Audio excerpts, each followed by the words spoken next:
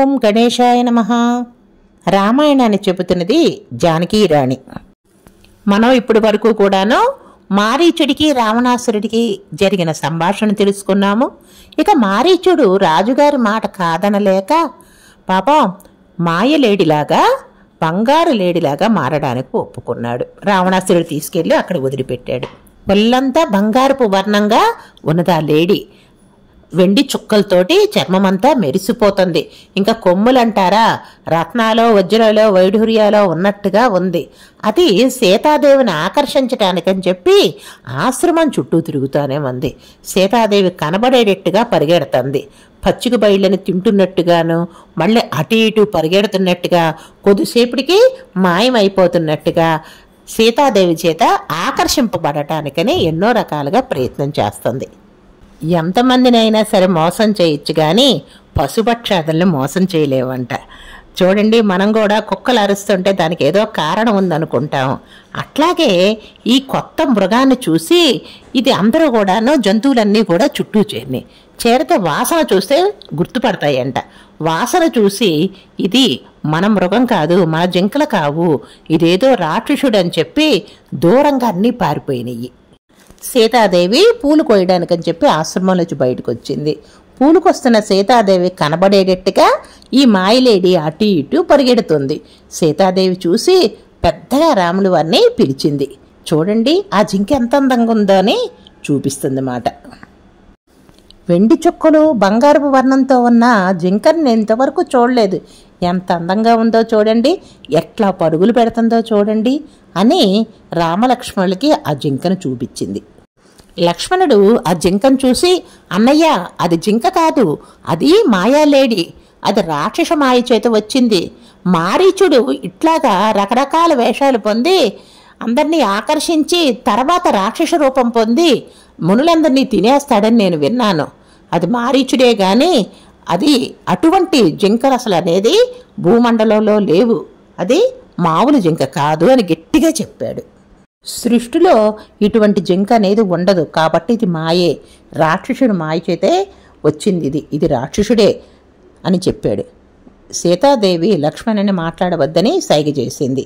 రామునితో, రామా, నా మనస్సు ఆ మృగం మీదే మళ్ళుతుంది. ఆ మృగంతో ఆ హరిణితోటి నాకు ఆడుకోవాలని ఉంది, నాకు మచ్చిక చేసుకోవాలనిపిస్తుంది, దాన్ని తెచ్చివ్వమని అడిగింది. ఆవిడ మాటల్లోనే ద్వంద్వార్థం కనిపిస్తుంది. నా మనస్సుని హరిస్తుంది అంది. అంటే ఎప్పుడూ రాముల వారే ఆవిడ మనసు నుండా ఉండాలి, కానీ ఇప్పుడు జింక ఉంది, నా మనసు హరిస్తుందంటే మనసు పోగొట్టుకుంటున్నాను అనే అర్థం కూడా ఉంది. మనం లేళ్ళు, జింకలు, దుప్పలు, కుందేళ్ళు ఎన్నో మృగాల్ని మనం పెంచుకుంటున్నాం. వాటితో పాటు ఇది కూడా ఉంటుంది. నా హృదయాన్ని హరించేస్తుంది, ఎంతో అందంగా ఉంది, దాన్ని తెచ్చివ్వమని అడుగుతుంది. ఏ విధంగా అన్నా సరే మీరు వెళ్ళి ఆ మృగాన్ని పట్టుకొని తీసుకురండి. ఆ మృగంతో ఆడుకోవాలనే కోరిక నాకు పెరిగిపోతూనే ఉంది. ఈ వనవాసం అయిపోయిన తర్వాత తిరిగి మనం అంతఃపురానికి వెళ్ళిపోతాం. అప్పుడు కూడా ఈ మృగాన్ని తీసుకెళ్ళిపోతాం. అందరికీ కూడా దీన్ని చూపిస్తాను, అంతఃపురాన్నంతరికి కూడాను చూపిస్తాను. చాలా బాగుంది, చాలా అందంగా ఉంది, భరతుడు కూడా చూసే ఆనందిస్తాడు, అత్తగారులందరికీ చూపిస్తాను అని చెప్తూ ఉంది. ఇక్కడ రాముడు సీతమ్మ మాట అంత గట్టిగా చెప్తుంటే కాదనలేని స్థితి. లక్ష్మణుడు ఎంత చెప్పినా కూడా సీత వింటల్లా. అంటే సీతని ఆపే ప్రయత్నం ఇద్దరూ చేయలేకపోయినటువంటి స్థితిలో ఉన్నారు. 13 సంవత్సరాలు అరణ్యవాసం చేశాం. మీ వదిన నన్ను ఎప్పుడు కూడా ఏదీ అడగలేదు. మొదటిసారిగా ఈ జింకను అడుగుతుంది. ఈ మృగాన్ని అడుగుతుంటే నేను తేను అని ఎట్లా అనాలి? ఒకవేళ నేను ప్రాణాలతో తీసుకురాలేకపోతే ఆ మృగాన్ని చంపైనా సరే నేను తీసుకొచ్చి మీ వదినకి ఇస్తాను. ఆవిడ అడగక మొదటిగా ఒక కోరిక కోరింది. ఆ కోరిక నెరవేర్చడం నా ధర్మం. లక్ష్మణ, నువ్వన్నట్టే మారీచుడే ఇలా జింక రూపంలో వచ్చాడు అనుకో. మారీచుడు ఎంతో మంది ఋషుల్ని భక్షించాడు కనుక మారీచుడిని చంపడంలో తప్పులేదు. నేను ఆ జింక మారీచుడైతే మారీచుడినే సంహరించి నీ దగ్గరికి వస్తాను. నువ్వు చాలా జాగ్రత్తగా ఉండు. ప్రతి క్షణాన్ని శంకించవలసిందే. ప్రతి క్షణం కూడా అజాగ్రత్తగా ఉండకూడదు, చాలా జాగ్రత్తగా ఉండాలి.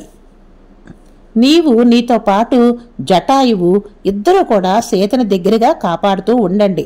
ఏ క్షణంలోనైనా ప్రమాదం రావచ్చు అని అన్ని జాగ్రత్తలు చెప్పి రాముడు ఆ మృగం కోసమని బయలుదేరాడు. ఆ లేడీ పరిగెడుతూ ఉంది. రాముడు ఆ లేడీ వెనకాల, జింక వెనకాల రాముడు పరిగెడుతున్నాడు. మారీచుడి లక్ష్యం ఏంటి? రావణాసురుడు ఏం చెప్పాడు? రాముడు చాలా దూరంగా తీసుకెళ్ళిపో అన్నాడు. అట్లాగే రాముడిని దూరంగా తీసుకెళ్ళడానికని ఆ జింక పరిగెడుతూనే ఉంది. అదృశ్యమైపోతుంది, మళ్ళీ కనిపిస్తుంది, మళ్ళీ కొంచెం దూరం వెళ్ళిన తర్వాత కనిపిస్తుంది. ఒకసారి చూస్తే ఇక్కడే ఉన్నట్లుగా ఉంది. పరిగెత్తి అక్కడికి వెళ్ళేసరికల్లా మాయమైపోతున్నాడు, మళ్ళీ దూరంగా వెళ్ళిపోతున్నాడు. అట్లా తన్ని రాములు వారిని చాలా దూరం మారీచుడు పరిగెత్తించాడు. చాలా దూరం అరణ్యంలోకి తీసుకెళ్ళిపోయాడు. ఇంకా రాముడు పరిగెత్తలేక అలసిపోయి ఒక చెట్టు కింద కూర్చున్నాడు. దూరంగా చెవులు అటు ఇటు తిప్పుతూ, కళ్ళను తిప్పుతూ మరలా మృగం కనిపించింది. దానిని చూసి రాముడు ఇక మృగాన్ని పట్టుకోవడం, పరిగెత్తడం అనవసరం. ఆయన వెంటనే బ్రహ్మచేత నిర్మింపబడిన బ్రహ్మాస్త్రాన్ని తీసి ఆ బ్రహ్మాస్త్రాన్ని అభిమంత్రించి బాణాన్ని వదిలేశాడు. ఆ బాణం మృగం వైపు వెళ్ళిపోతూ ఉంది. ఎప్పుడైతే బ్రహ్మాస్త్రం వచ్చి మారీచుడి మీద పడిందో, మారీచుడికి అర్థమైంది రాముడు అస్త్రం వేశాడు, ఇంకా నా పని అయింది, నేను చనిపోబోతున్నాను అని చెప్పి అనుకున్నాడు. అస్త్రాలన్నిట్లోకి తిరిగిలేని అస్త్రం బ్రహ్మాస్త్రం. అటువంటి బ్రహ్మాస్త్రమే వచ్చిన తర్వాత స్మృతి ఉండటం కూడా చాలా కష్టం, ఆ గుర్తు ఉండటం కూడా చాలా కష్టం మాట. ఇంకా ప్రాణాలు పోతున్నాయి. రావణాసురుడు ఏం చెప్పాడు? రాముని గొంతుతోటి హా సీత, హా లక్ష్మణ నరవమన్నాడు. అది గుర్తు పెట్టుకున్నాడు. ఇంకా అయిపోతుంది, మారీచుడు చనిపోబోతున్నాడు. ఇంకా చనిపోబోతూ రావణాసుడికి ఇచ్చిన మాట ప్రకారము హా సీత, హా లక్ష్మణ అని పెద్దగా అరవడం మొదలుపెట్టాడు. ఇంకెక్కడ మాయాలేడి పెద్ద రాక్షస అవతారంగా వచ్చేసింది. ఆ రాక్షసుడు ఆ బాణాన్ని పట్టుకొని విలవెల్లాడుతూ చనిపోయాడు.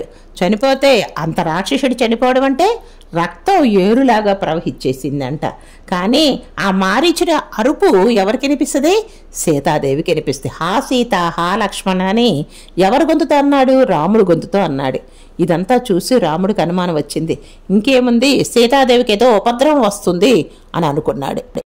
ఆ అరుపులు విన్న సీతాదేవి, లక్ష్మణ లక్ష్మణ, మీ అన్నగారు ఏదో ఆపదలో ఉన్నారు, ఏదో ఉపద్రవం వచ్చింది, ఆయన్ని కాపాడు, నీవు కూడా ఆయన సహాయంగా వెళ్ళు, అరణ్యంలోకి తొందరగా వెళ్ళమని తొందర చేసింది. వదిన, అన్నగారికి ఎటువంటి ఆపద సంభవించదు, ఆయన గురించి మీకు తెలుసు, ఆయన చాలా ధైర్యవంతుడు, బలసంపన్నుడు, ఆయనకి ఎటువంటి అపాయం కలగలేదు, నా మాట నమ్మండి అన్నాడు. దీనిని సీతాదేవి వేరే అర్థంగా తీసుకుంది. ఎటువంటి మాటలు అన్నదో చూడండి. లక్ష్మణ, నీవు అన్నగారి వెనకాల అరణ్యానికి ఎందుకు వచ్చావో నాకు అర్థమైంది. నీవు తమ్ముడు కాదు, అన్న వెనకాలన్న ఒక శత్రువువి. నువ్వు ఎందుకు వచ్చావో కూడా నాకు అర్థమైంది. నీకు నా మీద కోరికుంది, అందుకనే రామునికి ప్రమాదం వస్తే నువ్వు వెళ్లకుండా ఇంకా ఇక్కడే ఉన్నావు, సంతోషపడుతున్నావు, ఆయన్ని రక్షించడానికి వెళ్ళడం లేదు అని నిందలు వేసింది. ఆ మాటలకి రెండు చెవులు మూసుకొని, వదిన, ఈ మాటలు నేను భరించలేకపోతున్నాను, నీవట్లా మాట్లాడదు, మా అన్నగారి గురించి నీకు తెలియదు, నాకు తెలుసు, ఆయన ఎంతటి పరాక్రమవంతురో తెలుసు, ప్రపంచంలోని పరాక్రమం అంతా ఆయనలో ఉంది. గంధర్వులు, కిన్నెరులు, కింపురుషులు ఎవరూ కూడా, గంధర్వులు, కిన్నెరులు, కింపురుషులు, యక్షులు, దేవతలు, రాక్షసులు ఎవ్వరూ కూడా మన్నయ్య పరాక్రమనందు సాటి రారు. ఇదంతా రాక్షస మాయయే. అన్నగారు హాసీత, హాలక్ష్మణని అరవలేదు, రాక్షసులే ఇదంతా చేస్తున్నారు. ఈ రాక్షస మాయలు నువ్వు తెలుసుకోలేకపోతున్నావు వదిన. నా అన్నగారు అరణ్యంలోకి వెళ్తూ వదినని జాగ్రత్తగా చూసుకోమని నిన్ను నాకు అప్పగించి వెళ్ళారు. నిన్ను వదిలిపెట్టి నేను వెళ్ళలేను. అన్నయ్య కరదూషణలతోనే 14,000 మంది రాక్షసుల్ని సంహరించాడు. ఆ రాక్షసులందరూ అన్నయ్య మీద పగబట్టున్నారు. కాబట్టి ఈ మాయా స్వరూపంతో జింక రూపంలో వచ్చి వాళ్లే అరుస్తున్నారు కానీ వేరెవరూ కాదు. లక్ష్మణ, నువ్వు చెప్పే మాటలేమీ నేను నమ్మను. నీ అన్నగారు ఆపదలో ఉంటే వెళ్లకుండా ఈ విధంగా చేస్తున్నావు. భరతుడేమో రాజ్యం లాక్కున్నావు, నీవేమో ఆయన భార్యని లాక్కోవాలని చూస్తున్నావు అని నిలాపనిందలు వేస్తూనే ఉంది. వదినగారు అనే మాటల్ని లక్ష్మణుడు విని భరించలేకపోతున్నాడు. మరి ఏం జరిగిందో రేపు చెప్పుకుందాం. జై శ్రీరామ్.